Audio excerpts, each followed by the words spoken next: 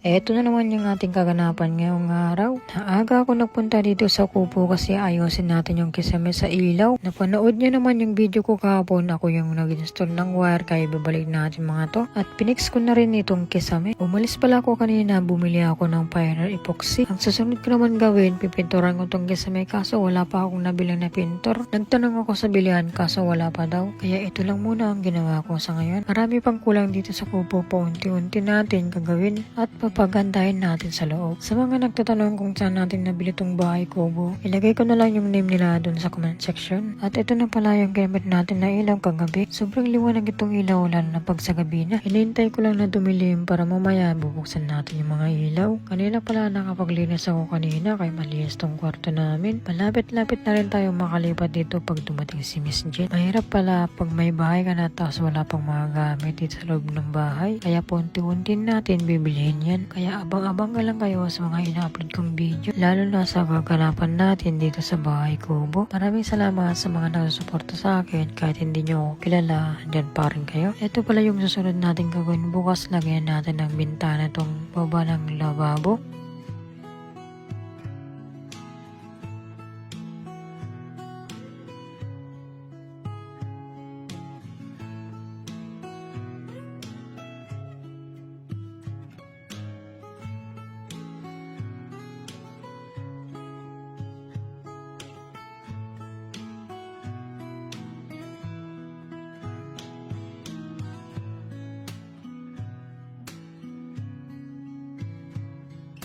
Abang-abang ka lang kayo sa ating mga kaganapan sa araw-araw. Hanggang dito na lang tayo. Maraming salamat sa panood. Huwag niyong kalimutan like and share and follow my page.